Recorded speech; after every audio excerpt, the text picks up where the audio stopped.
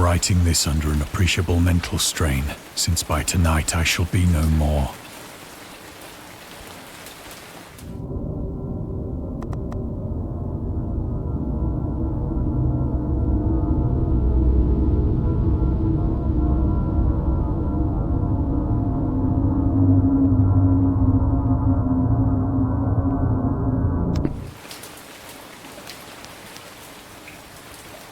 Penniless, and at the end of my supply of the drug which alone makes life endurable, I can bear the torture no longer, and shall cast myself from this garret window into the squalid street below.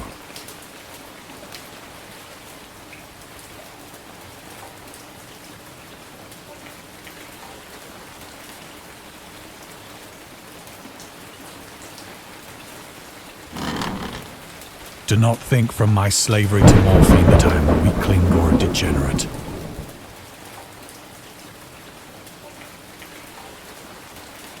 When you have read these hastily scrawled pages, you may guess, though never fully realize, why it is that I must have forgetfulness or death.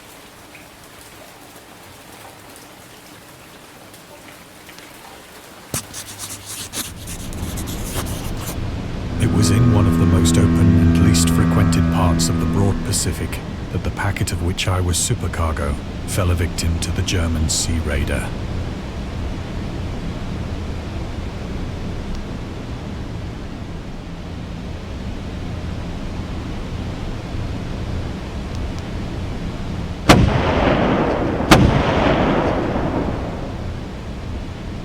The Great War was then at its very beginning, and the ocean forces of the Hun had not completely sunk to their later degradation.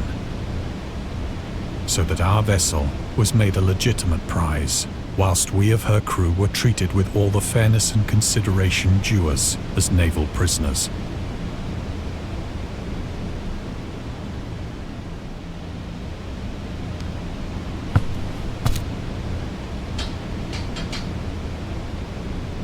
So liberal, indeed, was the discipline of our captors, that 5 days after we were taken, I managed to escape alone, in a small boat, with water and provisions for a good length of time.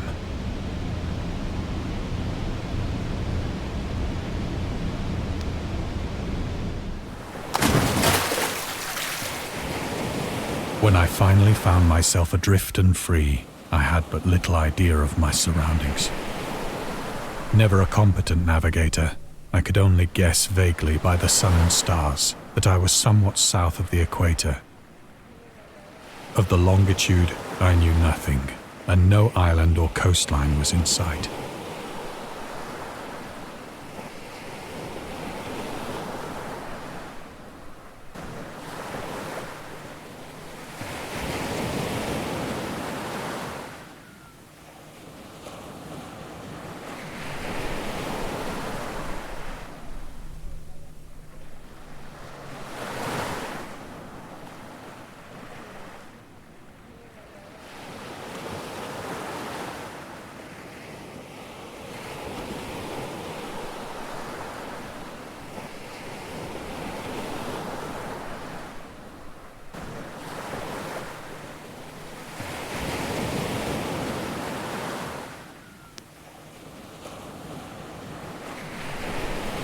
The weather kept fair, and for uncounted days I drifted aimlessly beneath the scorching sun, waiting either for some passing ship or to be cast on the shores of some habitable land.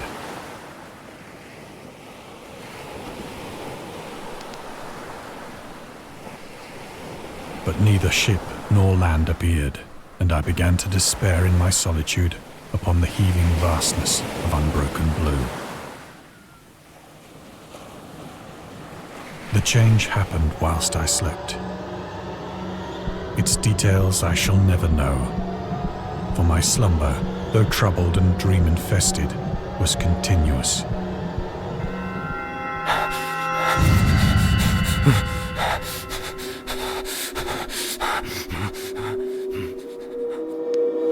When at last I awoke, it was to discover myself half sucked into a slimy expanse of hellish black mire, which extended about me in monotonous undulations as far as I could see.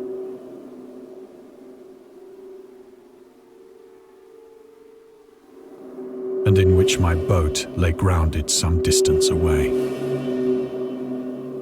Though one might well imagine that my first sensation would be of wonder at so prodigious and unexpected a transformation of scenery, I was in reality more horrified than astonished.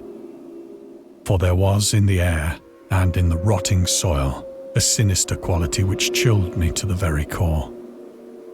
The region was putrid with the carcasses of decaying fish and of other less describable things which I saw protruding from the nasty mud of the unending plain. Perhaps I should not hope to convey in mere words the unutterable hideousness that can dwell in absolute silence and barren immensity.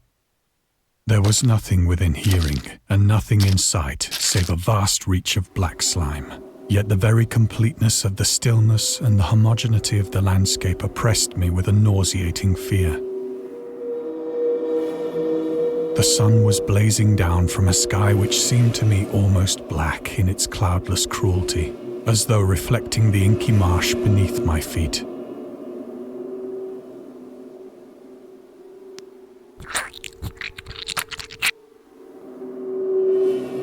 As I crawled into the stranded boat, I realized that only one theory could explain my position.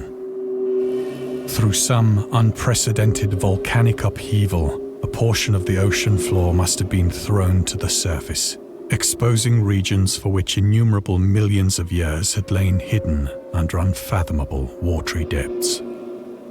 So great was the extent of the new land which had risen beneath me that I could not detect the faintest noise of the surging ocean, straining my ears as I might. Nor were there any seafowl to prey upon the dead things.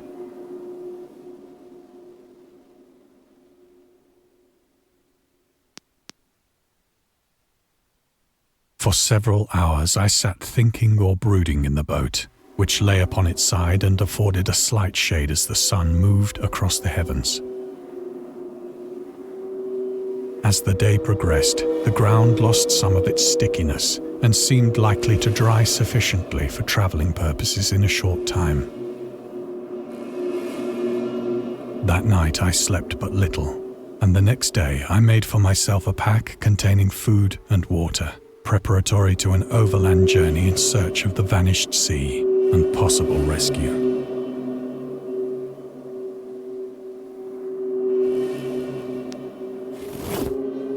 On the third morning, I found the soil dry enough to walk upon with ease. The odor of the fish was maddening, but I was too much concerned with graver things to mind so slight an evil, and set out boldly for an unknown goal.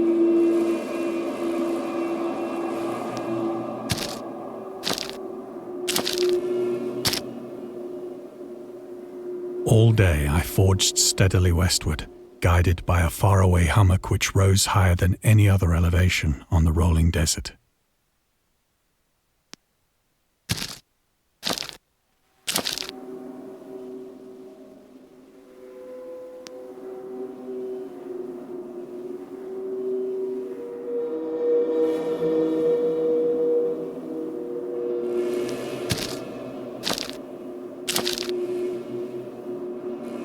That night, I encamped, and on the following day still travelled toward the hummock, though that object seemed scarcely nearer than when I had first espied it.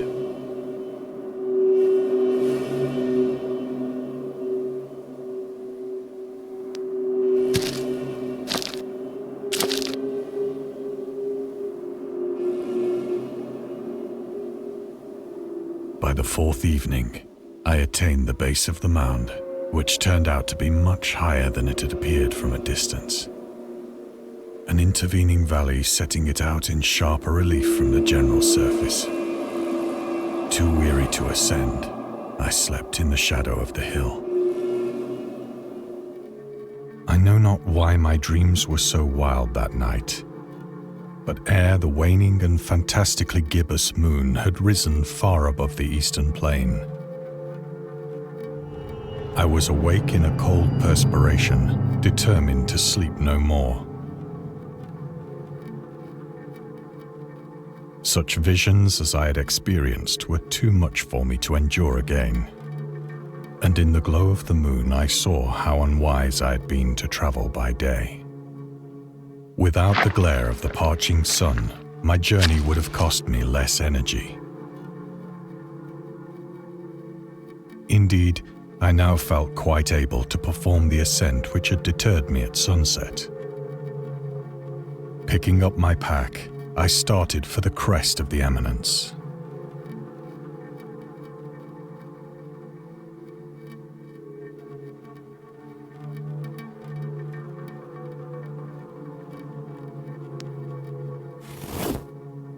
I have said that the unbroken monotony of the rolling plain was a source of vague horror to me. But I think my horror was greater when I gained the summit of the mound and looked down the other side into an immeasurable pit or canyon, whose black recesses the moon had not yet soared high enough to illumine. I felt myself on the edge of the world, peering over the rim into a fathomless chaos of eternal night. Through my terror ran curious reminiscences of Paradise Lost, and of Satan's hideous climb through the unfashioned realms of darkness. As the moon climbed higher in the sky, I began to see that the slopes of the valley were not quite so perpendicular as I had imagined. Ledges and outcroppings of rock afforded fairly easy footholds for a descent, whilst after a drop of only a few hundred feet, the declivity became very gradual.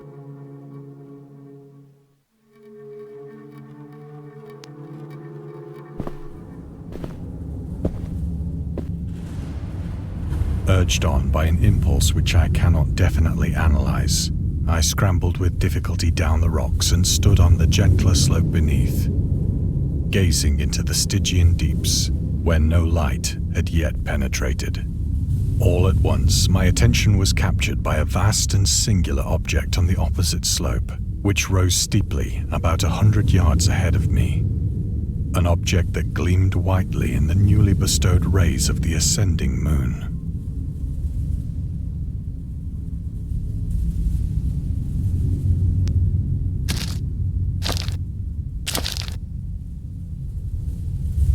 That it was merely a gigantic piece of stone, I soon assured myself, but I was conscious of a distinct impression that its contour and position were not altogether the work of nature.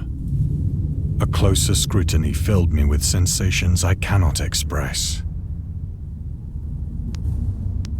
For despite its enormous magnitude and its position in an abyss which had yawned at the bottom of the sea since the world was young, I perceived beyond a doubt that the strange object was a well-shaped monolith, whose massive bulk had known the workmanship and perhaps the worship of living and thinking creatures. Dazed and frightened, yet not without a certain thrill of the scientist's or archaeologist's delight, I examined my surroundings more closely.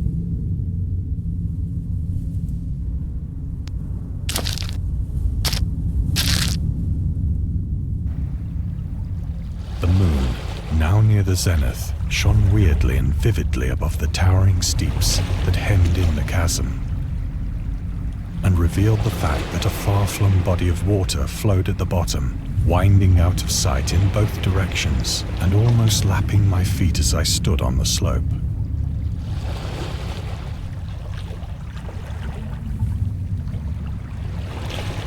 Across the chasm, the wavelets washed the base of the Cyclopean monolith, on whose surface I could now trace both inscriptions and crude sculptures.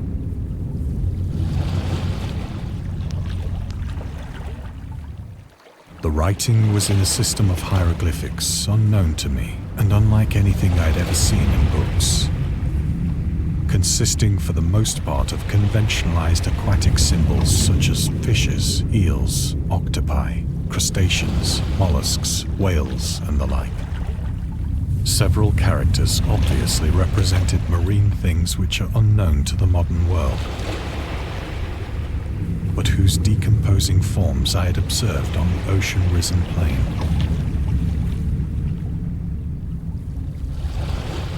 It was the pictorial carving, however, that did most to hold me spellbound.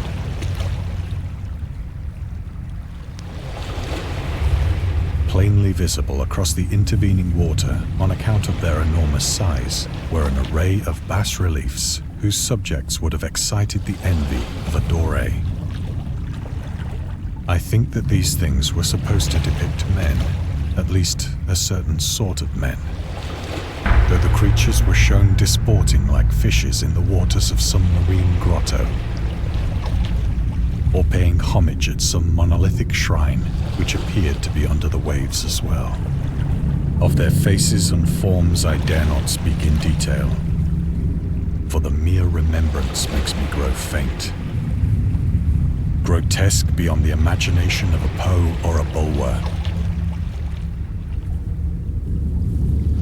They were damnably human in general outline, despite webbed hands and feet, shockingly wide and flabby lips, glassy, bulging eyes, and other features less pleasant to recall. Curiously enough, they seemed to have been chiseled badly out of proportion with their scenic background. For one of the creatures was shown in the act of killing a whale, represented as but little larger than himself. I remarked, as I say, their grotesqueness and strange size, but in a moment decided that they were merely the imaginary gods of some primitive fishing or seafaring tribe. Some tribe whose last descendant had perished eras before the first ancestor of the Piltdown or Neanderthal man was born.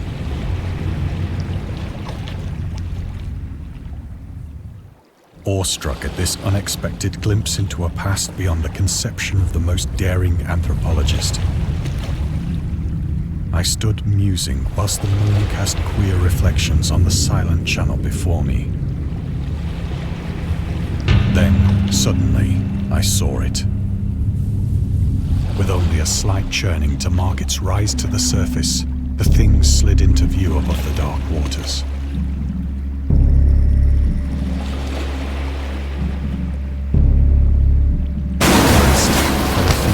And loathsome, it darted like a stupendous monster of nightmares to the monolith,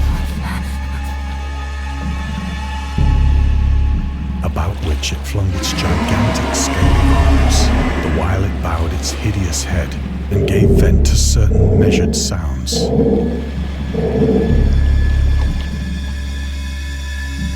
I think I went mad then.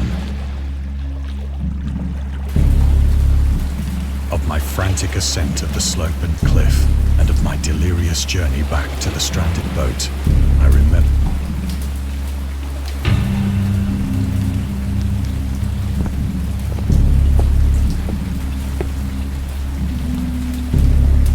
I believe I sang a great deal and laughed oddly when I was unable to sing.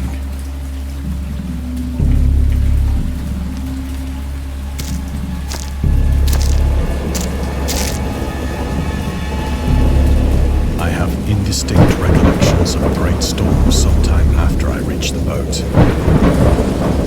At any rate, I know that I heard pearls of thunder and other tones which nature utters only in her wildest moods.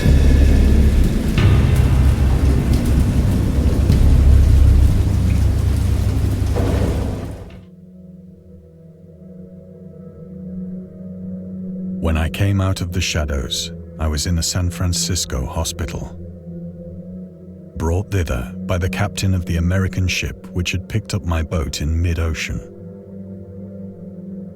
In my delirium, I had said much, but found that my words had been given scant attention.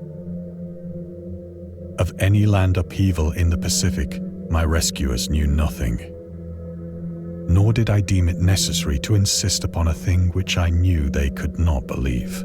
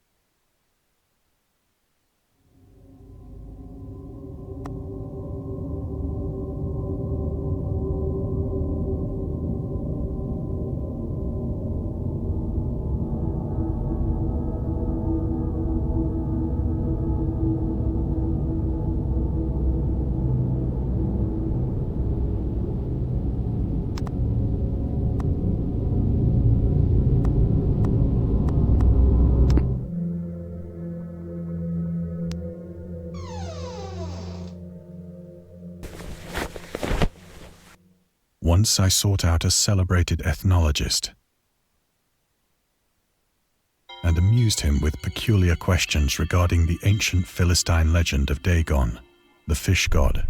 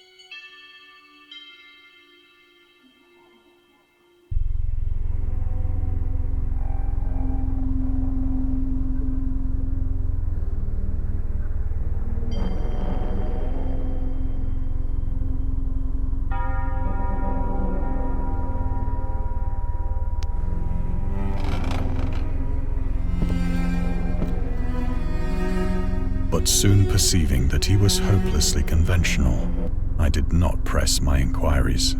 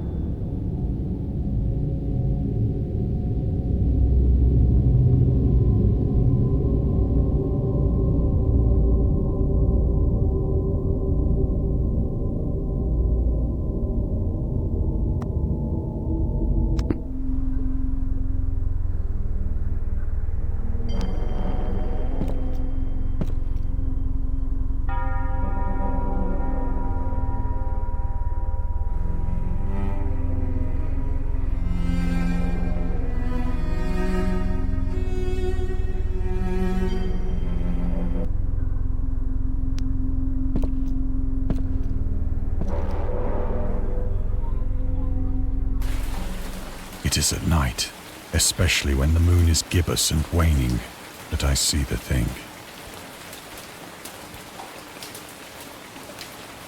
I tried morphine.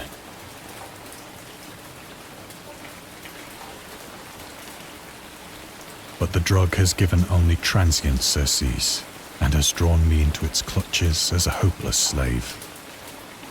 So now I am to end it all, having written a full account for the information or the contemptuous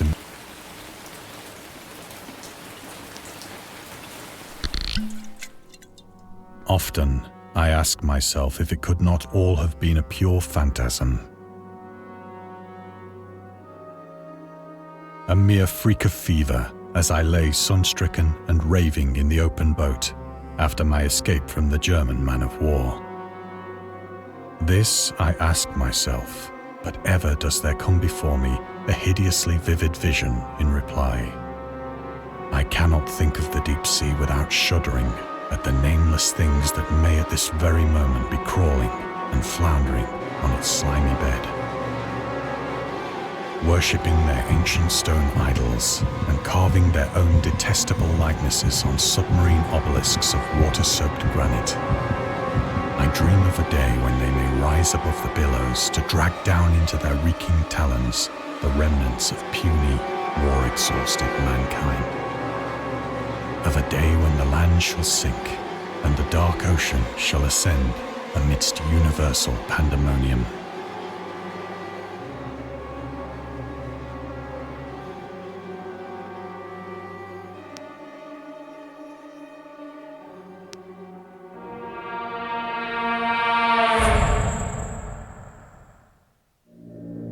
The end is near.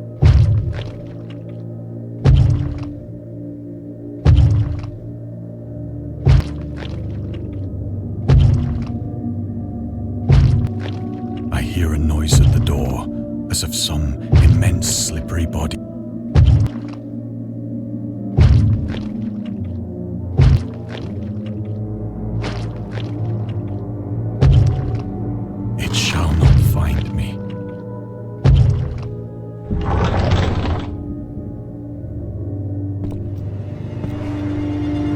God, that hand!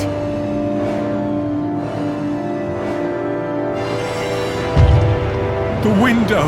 The window!